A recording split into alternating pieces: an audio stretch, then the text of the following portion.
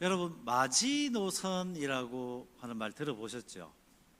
예, 더 이상 뒤로 물러설 수 없는 그 마지노선, 뭔가 책정해 놨을 때 더 이상 타협이 되지 않는 선, 그것을 우리 마지노선이라고 부릅니다.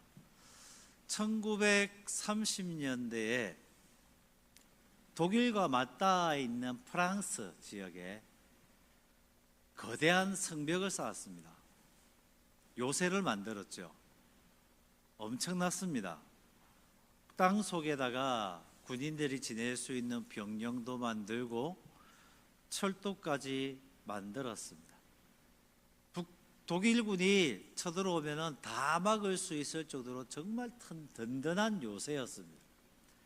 그 든든한 요새, 난공불락의 그 요새를 만들어 놓고 프랑스 사람들은 안심 속에 살아갔습니다. 그런데 1940년 봄에 독일이 이 난공불락의 요새를 공격하지 않고 우회해서 프랑스를 침공합니다. 몇 주 지나지 않아서 프랑스는 완전히 점령을 당하게 되죠. 이 요새가 무너졌던 건 아닙니다. 마지노선이었던 이 요새가 함락을 당한 것도 아니었습니다. 그런데 프랑스가 너무 이 방어선에 대해서 과도한 신뢰가 있게 되고, 그리고 새로운 변화들에 대한 그 과도한 신뢰를 통해서 새로 독일군이 움직이고 있는 그 동향을 잘 파악하지 못하다 보니까 프랑스가 점령당하는 일이 생겨버리게 됩니다. 우리는 인생에 각자의 마지노선을 정해놓고 살아갑니다. 재산에 대해서도, 그리고 건강, 자녀의 문제, 경력 등등 여러 가지 모습으로 우리가 마지노선을 만들어 놓습니다. 여기까지는 괜찮지만 더 이상은 안 돼. 내 건강이 어느 정도 그렇지만 정도 괜찮지만 더 이상 나빠지는 건 안 돼. 우리 인생들이 그렇죠. 뭔가 우리는 정해놓고 있습니다. 그런데 그 소중한 우리의 인생들, 우리 하나님께서 우리에게 허락하신 소중한 선물인 그것들을 통해서 내 삶을 지켜줄 수 있다, 내 삶이 그냥 그대로 유지될 수 있다라고 생각하는 그것만 있으면, 누구는 돈이 될 수 있고, 누구는 건강이 될 수 있고, 누구는 내가 뭔가 이것만 지키고 있으면 나는 괜찮을 거야 라고 하고 있는 그 마지노선, 오늘 이 시간 우리가 그 마지노선들을 한번 돌아보면서 정말 괜찮은 것이 맞는지 한번 점검해보는 저와 여러분들이 되기를 간절히 소망합니다. 주전 7세기 예레미야 선지자를 통해 시대의 사람들에게도 똑같이 마지노선이 있었습니다. 그들의 신앙의 삶에도 마지노선이 있었죠. 바로 예루살렘 성전이었습니다. 예루살렘 한복판에 딱 서져 있는 그 성전, 그 성전이 그들에게는 마지노선이었어요. 그들은 성전 문에 들어서며 이렇게 고백합니다. 이것이 여호와의 성전이다. 이것이 여호와의 성전이다. 오늘 본문 말씀 4절 말씀 한번 보십시오. 이것이 여호와의 성전이다 라고 하면서 그들은 그 성전에 들어갔다고요. 그런데 여러분 한번 보십시오. 그것을 가리키면서 하나님이 뭐라고 하시냐니까, 이것이 무익한 거짓말이다 라고 말씀하신다. 무익한 거짓말이라고. 너희들이 지금 말하고 있는 하나님의 성전이라고 불리우는 이 예루살렘 성전, 너희들이 이렇게 자랑스럽게 생각하고 너희들이 그렇게 하고 하나님의 이름을 높인다고 하고 하나님께 영광 돌린다고 입으로 고백하고 있는 그 고백이 하나님께서 보시기에는 거짓말, 너희들의 그 고백은 고백이 아니야, 너희들이 지금 잘못 알고 있는 거야 라고 말씀하고 계시다. 무슨 말이십니까? 그들이 자기네들은 이 하나님을 여호와의 성전이라고 믿고 있었고 그 성전에 들어가서 예배드리면서 자기들은 괜찮다라고 여겼는데, 하나님이 보시기에는 여호와의 성전이라고 입으로만 고백하고 있지 그들은 하나님을 믿고 있지 않다라고, 하나님을 따르지 않고 있다고, 하나님 앞에 온 마음과 온 정성을 다해서 살아가지 않고 있다고, 그 사실을 하나님은 알고 있다고 하시는 말씀이죠. 그러시면서 예레미야를 통해서 오늘 본문 말씀 7장 3절의 말씀을 우리에게 주십니다. 우리 7장 3절 말씀 다 같이 한번 읽어보겠습니다. 시작.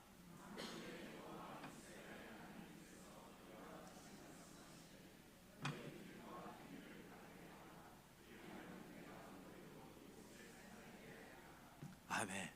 너희와 길과 행위를 바르게 하라. 무슨 말입니까? 그들의 길과 행위가 바르지 않았다라는 말씀이에요. 여호와의 성전입니다라고 하면서 교회는 들어왔는데, 하나님, 내가 하나님을 사랑합니다라고 하면서 예배드리러 들어왔는데, 내가 하나님의 주의 백성입니다라고 하면서 예배드리러 나와 왔는데, 그건 거짓말이야. 왜냐? 너희의 길과 행위가 바르지 않아. 이스라엘 백성들이 그들이 하나님 앞에 나와 성전에 들어와 가지고 예배 드린다라고 했는데, 하나님 앞을 높인다고 제사는 드리는데, 그 제사 속에서 하나님께 올려지는 향기로운 제물이 되지 못하고, 그들이 그들의 삶 속에서 여전히 그들의 길과 행위는 하나님께 합하지 않은 죄악 속에서 머물고 있었다라는 이야기. 과거의 은혜와 구원의 확신은 있는데, 그들의 삶 가운데는 그 과거에 누렸던 은혜와 그 구원의 역사는 이루어지지 않고 있더라는 것이죠. 밖에서는 십계명을 어기면서도 주일날 나와가지고 밖에서는 하나님의 은혜를 만끽하고 자기의 마음대로 살아가면서도 그냥 성전에 나오기만 하면은 하나님께서 나를 용서하실 거야, 나의 죄를 씻어주실 거야 라고 하며 하나님의 성전을 나의 방어막으로 사용하고 있더라는 겁니다. 이스라엘 백성들이 그랬습니다. 저 밖에 나가가지고는 울부짖는 외로운 사람들, 소외되어 있는 사람들에게 자기들도 세상 사람들과 똑같이 핍박하면서, 그들은 주일날 나와가지고 성전에 나와서 안식일 하나님 앞에 제사드리며 나는 괜찮아, 하나님이 내 죄를 용서해 주셨어 라고 그 죄의 용서받은 면허증으로 성전에 나오고 있더라는 것입니다. 마치 우리의 모습과 같죠. 주일날 예배하러 나오면은 우리의 모든 죄가 가려질 거라고 착각하는 것. 내가 하나님 앞에 나오기만 하면은 한 주가 내 마음대로 살아도, 내 뜻대로 살아도 저 세상 속에서 어쩔 수 없이 그렇게 살아간다고 핑계 대기만 하면은 괜찮을 거라고. 여러분, 착각입니다. 하나님께서는 정확하게 그 마음을 아시고 여호와의 성전이라고 고백하는 그 이스라엘 백성들에게 거짓말이라고 정확하게 그 속마음을 보고 계시는 거예요. 우리의 마음 속에도 똑같은 거죠. 내가 주님 앞에 용서받을 수 있을 거라고, 괜찮을 거라고 하는 우리의 마음을 보시고 거짓말하지 마. 너 믿고 있는 거 아니야. 너가 살아가고 있는 그 길과 행위가 하나님 앞에 올바른 것이 아니다 라고 말씀하고 계시는 겁니다. 그러시면서 11절 말씀에 여러분 한번 보십시오. 11절 말씀 함께 읽겠습니다. 시작.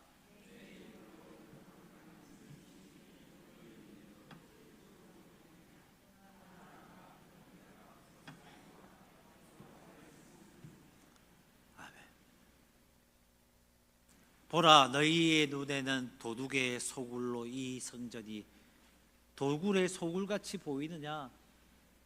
왜 도둑의 소굴이라고 말씀하셨을까요? 여러분, 도둑질을 도적의 소굴에서 합니까? 소굴 밖에서 합니까? 여러분, 이해되셨습니까? 그렇죠. 밖에서 도적질을 하고 죄를 짓습니다. 그리고는 소굴로 들어와서는 아무렇지도 않은 척 살아가죠. 지금 주님께서 우리 보고 도적이라고 말씀하시는 거예요. 주일 전에 나와서 예배드리는 모든 사람들에게 저 세상 밖에서는 도적질하고 죄짓고 하나님 멀리하고 하나님 모르고 살아가고 하나님을 왕으로 섬기지 아니하는 너희들이 주일날 와가지고 예배드리는데 너희들은 도적과 같이 아무렇지도 않게 그 이스라엘 백성에게 저와 여러분에게 질문 던지는 겁니다. 이 성전이 도적의 소굴처럼 보이느냐? 도둑은 절대 소굴 안에서 도적질을 범행하지 않습니다. 밖에서 훔치고 소굴로 들어와 몸을 숨겨버리는 것이죠. 우리의 영광교회가 이 성전이 그런 도적의 소굴이 되지 않기를 간절히 소망합니다. 우리의 행위와 우리의 삶이 온전하게 하나님께 올려드려야죠. 그래서 우리는 우리의 삶의 예배가 굉장히 중요한 것입니다. 월요일부터 토요일까지 하나님의 은혜를 기억하면서 하나님의 은혜로 하나님의 말씀으로 하나님 앞에 매달림으로 하나님 앞에 기도함으로 하나님의 말씀에 내가 살아가기 위해서 그 말씀 위에서 살아가기 위해서 우리 발버둥 치는 것이 굉장히 중요하다는 것이죠. 내가 하나님의 은혜를 기억하는 것이 중요합니다. 그 말씀에 순종하는 것이 중요합니다. 내가 그 말씀에 순종하고 있냐, 내 입술을 통하여 하나님의 그리스도의 사랑이 나타나고 있는가, 내 행위가 주님 보시기에 성령의 열매로 맺혀가고 있는가, 매우 중요하다. 너무 중요한 것. 여러분 어떻습니까? 우리는 우리의 삶의 주인이신 예수님을 닮아가고 있습니까? 우리의 삶의 주인 되시는 그 주님을 쫓아 살아가기 위해서 우리는 정말 최선을 다하고 있습니다. 혹시 주님 앞에 부끄럽지는 않습니까?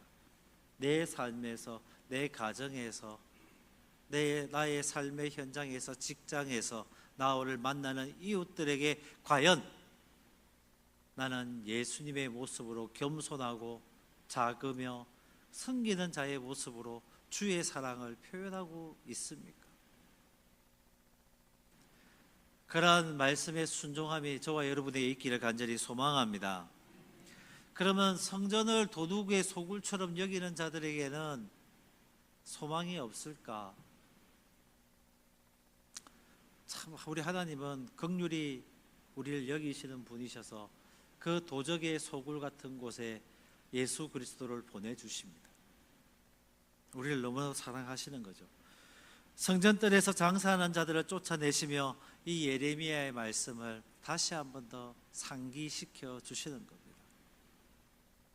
근데 여러분 기억해야 될 것은 예수님은 강도의 소굴처럼 변해버렸던 그 성전을 뭐라 하시며 심판하셨지만 강도 같은 사람은 심판하시지 않았습니다. 무슨 말이냐? 성전으로 올라가는 길에 누구를 만나셨냐니까 삭개오를 만나세요. 사람들이 봤을 때 다 죄인이었습니다. 사람이 봤을 때는 자기들의 민족을 괴롭히고 착취하는 강도와 같은 자였습니다. 소외받은 사람이었죠. 이스라엘 백성이었지만 이스라엘 유대인으로 인정받지 못하고 죄인 취급당했던 그 삭개오에게 주님께서 찾아가셔가지고 오늘 내가 너희 집에 유하겠다. 성전은 심판하셨는데 강도의 소굴로 변해버린 그 성전은 심판하셨는데 삭개오는 용서하시더라는 겁니다. 다시 말해서 우리의 삶 가운데 주님 앞에 보시기에 너무 부끄러운 모습들은 그 모습들을 심판을 하시는데 우리는 포기하시지 않는 거예요. 우리를 포기하시지 아니하고 하나님 앞으로 다시 나올 기회들을 계속 허락하시는 거죠. 계속 만나주시는 거죠. 계속해서 우리에게 내가 너를 사랑한다. 내가 너의 길이다. 내가 너를 위해 대속되었던 어린 양이다. 내가 문이 되어줄게. 나를 통해서 하나님께로 가려. 계속해서 우리에게 하나님의 말씀을 주시면서 하나님께로 돌아오기를 계속해서 기회를 주시는 우리 주님이심을 믿습니다. 그 주님 앞에 우리가 어떻게 살아가야 될 것인가? 이것이 영원한 우리의 숙제이며 하나님께서 우리를 도와주시는 은혜의 말씀들인 것이죠. 여러분, 우리의 삶에 정말 하나님을 하나님으로 인정하고 하나님의 성전된 우리의 몸을 깨끗이 하며 우리의 삶에 하나님 앞에 보시기에 부끄럽지 않은 그런 모습으로 살아갈 수 있을까? 고민할 수 있는 저와 여러분이 되기를 간절히 소망합니다. 우리는 평일을 그래서 월요일부터 토요일까지 우리의 평일의 삶을 정말 거룩하게 만들어야 합니다. 그렇다고 해서 거룩하게 만들어야지만이 주님이 오시는 건 아니에요. 참 성전이신 주님을 우리가 만날 때 우리의 삶이 거룩해지는 것이거든요. 뭐가 먼저냐가 따질 것이 아니라 우리가 주님이 함께 계시는 우리의 삶이 되기를 간절히 소망합니다. 예수님은 성전의 안과 밖이 동일하신 완전하신 온전하신 주님이셨습니다. 그런데 그 주님께서 성전 안에 있는 모습과 성전 밖에 있는 모습이 완전히 다른 인간들을 위해 십자가를 져 주셨습니다. 그 은혜가, 그 십자가의 은혜가, 그 복음이 우리의 삶을 붙들고 인도하기를 간절히 소망합니다. 2020년 12월 달에 오스트리아 남성 에리 슈캄이라는 사람이 돌아가셨어요. 그러면서 유언을 남기기를 프랑스에 있는 르샹봉이라는 마을에 자기의 온 재산인 27억 정도 되는 돈을 다 기부를 하겠다는 유언을 남깁니다. 대단하죠? 별로 안 대단하신가요? 자신이 일생 동안 쌓아왔던 모든 재산 한 27억 되는 것을 르샹봉이라는 마을에 다 기부를 해요. 학교와 재단에. 그 이유가 뭐냐니까 제2차 세계대전 때 르샹봉이라는 마을에 이방인과 고아를 압제하지 말라는 그 하나님의 말씀을 듣고 르샹봉이라는 마을의 주민들이 유대인들을 자기의 집으로 숨기기 시작합니다. 그 르샹봉에서 자기의 목숨을 유지할 수 있었던 거예요. 오스트리아 국적을 가지고 있었지만은 실제로는 유대인이었던 거죠. 그래서 이 슈캄이라는 분이 자기를 살려준 르샹봉 그 마을에 온 재산을 기부합니다. 어떻게 그렇게 유대인들을 지키고 할 수 있었느냐라고 하는 질문에 우리는 그저 해야 할 일을 했을 뿐입니다 라고 르샹봉 마을의 주민들은 고백하는 것이죠. 여러분, 유대인을 숨긴 것을 들키는 날에는 자기들도 죽는 거예요. 목숨 걸고 하나님의 말씀을 지켜나가는 겁니다. 세상의 길이 아니라고, 세상은 그렇게 살지 말라고 우리에게 유혹을 하지만은 하나님의 말씀은 목숨처럼 여겨서 우리의 삶과 그 우리의 행위의 길들을 하나님 말씀 위에 놓아야 된다는 거예요. 그러지 않아야지, 그렇게 하나님 말씀 위에 살아가야지만이, 세상과는 다르게 살아가야지만이 우리는 우리의 삶이 도적이 되지 않는다고. 우리의 예배가 마지노선이 되는 것이 아니라. 여러분, 정말 힘들지요. 괴롭지요. 이렇게 살아가는 것이, 정말 목숨 걸고 살아가는 것이 얼마나 힘들겠습니까? 그런데 여러분, 막상 하나님 말씀 위에 서 있게 되면은, 하나님 말씀대로 살아가게 되면은 세상의 기준이 내 기준이 아니기 때문에 정말 만족하며 행복하며 기뻐하며 감사의 삶을 살아갈 수가 있는 것입니다. 하나님 말씀 위에 서는 것, 하나님의 성전 안에서 하나님의 뜻대로 살아가는 그 삶은 꼭 이렇게 대단하게 뭐 유대인들을 살렸던 것처럼 큰 일을 이루어 나가는 것은 아닙니다. 꼭 그렇게 살아야 되는 건 아니에요.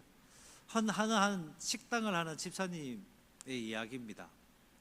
아침에 일찍 장을 봐가지고 식당 문을 열고 불을 켜기 전 그 테이블에 손님들이 앉는 테이블들 위에 그 손을 얹고 닦으면서 하나님한테 기도하는 거예요. 하나님, 오늘도 이 식당을 드나드는 모든 사람들이 주님께서 주시는 평안을 누리게 하여 주시고 나를 통해서 주님이 나타나게 해주세요 라고 하며 기도부터 하고 시작하는 것,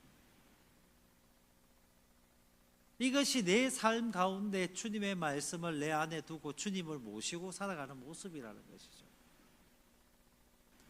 그냥 교회 왔을 때의 모습과 교회 와서는 정말 한 천사의 얼굴처럼 와서 웃고 사랑을 나누고 섬기는 모습인데 세상에 나가서는 다른 모습으로 살아가는 우리의 그 모습과는 비교되는 것이죠. 그렇게 살아서는 안 됩니다. 교회에 와서는 정말 아름답게 이야기하고 주님의 은혜로서 살아가는 거하고 주님을 찬양하는 것 같은데 저 세상에 나가가지고는 세상 노래가 더 즐겁고 세상 사람들이 하는 것처럼 똑같이 내 입속에서 내 입술에서 하나님의 은혜보다는 불평과 불만이 쏟아져 나오고 있다 한다면은 여러분, 우리는 다시 한 번 더 생각해 봐야 됩니다. 하나님의 이 성전을 빗대어서 내가 예배에 나오는 것을 그냥 면죄부 받는 것처럼 살아가고 있는 것은 아닌가. 하나님께서 그것을 원치 않으신다라는 거예요. 원치 않으십니다. 우리가 사는 아파트에서도 여러분 한번 생각해 보십시오. 우리의 주변에 우리가 주님의 사랑을 베풀 수 있는 그렇게 많은 우리의 이웃들이 얼마나 많은지. 제가 대구에서 이제 부복세 생활을 오래 했잖아요. 오래 하면서 참 부복사로 살아간다는 게 정말 힘들었을 때가 언제니까 코로나가 터지고 난 다음 얼마 안 있을 때였습니다. 교인들이 교회를 나오지 않기 시작했어요. 그래가지고 그 교인들의 집을 찾아가야 되는데 아파트 단지에 올라가려 그러면은 다 문이 걸어 잠겨져 있어요. 그걸 경비들이 못 들어가게 합니다. 마스크를 껴도 안 돼요. 아니, 병원에 가는 것도 아닌데 그 아파트 주민이 아니라고 아파트 단지 안에를 들어가지도 못하게 해요. 그 경비들이 다 막았던 거죠. 그런데 참 힘들었습니다. 신방 가는 게 너무 힘들었던 거예요. 그래서 제가 지나다니면서 아파트 단지를 지나갈 때마다 비타 500을 바카스를 사가지고 다니면서 경비 아저씨들한테 한 병씩 나눠드렸거든요. 겨울에는 따뜻하게 쌍화탕을 따뜻하게 데워가지고 갖다 드렸어요. 그 일을 몇 개월 하고 나니까 오니까 경비 아저씨들이 그러죠. 빨리 조심히 들어가십시오. 다른 사람들한테 안 들키게 빨리 들어가십시오. 그러시더라고요. 여러분, 주의 사랑으로 주님의 모습으로 살아간다는 게 별것 없습니다. 주님을 닮아간다는 게 그렇게 어렵지 않습니다. 주님의 모습대로 큰 희생을 치러야 된다고 하지만은 근데 주님께서 우리에게 맡겨주시는 일들은 정말 내가 죽어야지만이 살아가는 그런 모습들이 아니더라는 거예요. 정말 나한테 내 상황 속에서 내가 어떻게 섬길 것인가, 내가 어떻게 표현할 것인가를 조금만 생각해 보면은 작은 것에 하나님의 은혜는 나타나게 되어 있습니다. 여러분, 우리 주변에 주의 사랑을 나눠야 될 사람들이 어디 있습니까?